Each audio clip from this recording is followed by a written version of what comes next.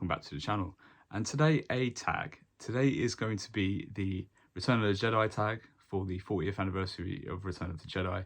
I was tagged in for this a couple of weeks ago by Duncan over at BAFT Books, so thank you very much, Duncan. If you haven't checked out Duncan's channel, one of my favorite channels, please, I'll try to put a link in the description. I'm not very good technically, so hopefully that is there for you guys, but definitely go check out BAFT Books.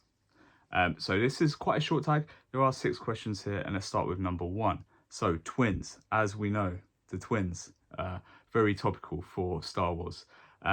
Suggest a book with twins in it. Now, it's hard for me to see past a particular set of twins, the notorious Lannister twins from the Game of Thrones. And I've picked Game of Thrones for those. They spend a lot of time together in the first book. They obviously get up to some shenanigans in the first book, and no spoilers there. You know, love to hate them. Very well written characters, but we'll go with the Lannister twins, Cersei and Jaime Lannister, for that. Number 2, Darth Vader, a book with a redemption arc. Now, I'm going to pick one that I read recently because I really want to shout this book out because I think it's an excellent book. And I'll go with The Stand. And for that redemption arc, I'm going with Larry Underwood.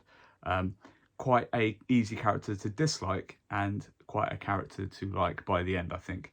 Larry Underwood, a very good redemption arc in Stephen King's The Stand. Right, number 3, the Death Star. So this makes a lot of sense. Death Star is a retelling or reimagining. Obviously, Death Star comes back in Return of the Jedi in a slightly different form. So I'm going to pick a book that came back in a slightly different form as well. Frozen Hell. J.W. Campbell released Who Goes There, a fantastic sci-fi novella. Now, his original manuscript was discovered and they put the early chapters back in, and I think it works excellently. I love a slower burn. I love a little bit of build up before the action. We'll have you covered here, and it does bring that novella closer to like a novel length. Excellent. Frozen Hell. Check it out if you haven't already. Right, question 4, Ewoks. You got to love an Ewok.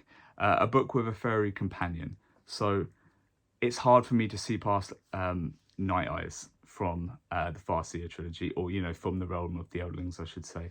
Night Eyes is the wolf companion of Fitz Chivalry Farseer, and he is an excellent character. He is, I don't know how he's written so well, considering he is just an animal, but Night Eyes, if you've read it, you know. If you haven't, you know, this is the book. Royal Assassin, this is fantastic in this one. Right, number 5 is Finale. Obviously, Return of the Jedi, crazy finale, crazy finale. A good way to wrap up that initial trilogy. And here we've got to ask for a 3rd book in a trilogy that is satisfying.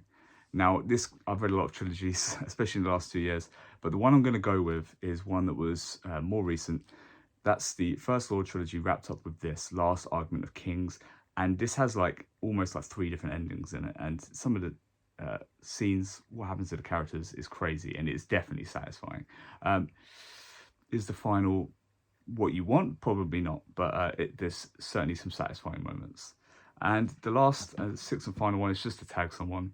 Let's shoot for someone really big that we're never going to get to do this, but let's shoot for Josh at Red Fury Books, because I know he loves Star Wars. I know you love Star Wars, Josh. Cheers, guys.